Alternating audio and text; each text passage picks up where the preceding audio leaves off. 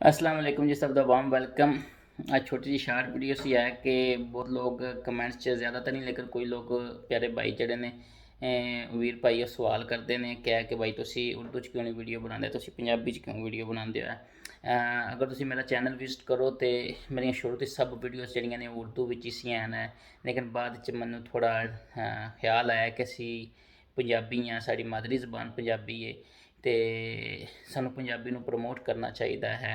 असल च ख्याल मेरे जहन च उदों आया जो मैं चढ़ते पंजाब और लहंदे पंजाब का फर्क किया।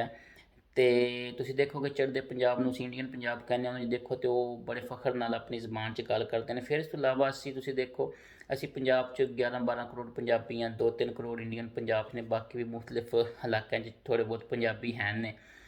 ते ओह् साढ़ी कोई तो जबान होनी चाहिए ना, सानू तो बहुत ज़्यादा पंजाबी नूं थल्ले लाया गया। और ओवरऑल साढ़े पाकिस्तान ते पंजाब च देखो तो साढ़े नाल तो पश्तून वगैरह बहुत अच्छे लोग ने है कि जेह्ड़े कम से कम अपनी जबान नूं प्रमोट करते हैं, अपने लोगों नाल पंजाबी च गल करते हैं। साढ़े बहुत घट चैनल ने जेह्ड़े पंजाबी च करते हैं। बहुत मुश्किल फैसला सी मेरे वास्ते भी है कि पंजाबी च अगे जाके आना, क्योंकि इंसान की एक ईगोटिज़म होंदी है, वो बंदे नूं रोकदी कि नहीं यार कि लोग समझणगे कि कोई पेंडू टाइप है या कोई अनपढ़ टाइप बंदा। लेकिन फिर भी मैं अपने आप नूं मुतमिन करके मैं क्या नहीं असी पंजाबी च करांगे। इसदा एह नहीं मतलब है कि असी उर्दू नूं नफरत करने या असी उर्दू नूं पसंद नहीं करते। उर्दू साडी नैशनल लैंगुएज है, साडी रीजनल लैंगुएज नहीं है ना, तो नैशनल लैवल पर बोलनी चाहिए उर्दू है। मैं इस वास्ते ना फिर हुण तकरीबन महीना 1.5-2 हो गए ने मैं ना अपनी हर वीडियो नूं सब टाइटल्स करना इंग्लिश विच, जिसनूं तुसी उर्दू च भी ट्रांसलेट कर सकते हो।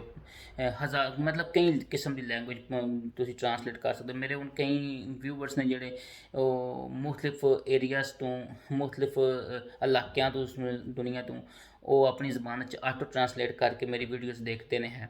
तो इस गल्ल हुण कोई इशू नहीं रहिंदा है कि अगर कोई उर्दू लिसनर है तो वह भी सब टाइटल च देख सकता है, बाकी कोई लिसनर है तो वह भी देख सकता है। लेकिन यह है कि ये किसी नूं थल्ले लाने की नहीं बात है, लेकिन है कि सिर्फ और सिर्फ सिंगल मोटिव यह ही है कि अपनी जबान नूं प्रमोट करना है, अपनी जी जबान है इसनूं प्रमोट करना असीं क्यों नहीं करते हैं ना। तो बस इस वास्ते एक हल्की जी कोशिश है तो ना होने के बराबर है, लेकिन मैं कोशिश ही करना पाया कि मैं अपनी हर वीडियोज़ नूं पंजाबी च लैके आवां। लेकिन इस तो बाद हत्थ बन के वैरी सॉरी इन्हां वास्ते भी बहुत ही इज्जत दे नाल जेह्ड़े लोग उर्दू लिसनर ने है कि तुसी प्लीज़ इंग्लिश सब टाइटल कर लिया करो या उर्दू च कर लिया करो है।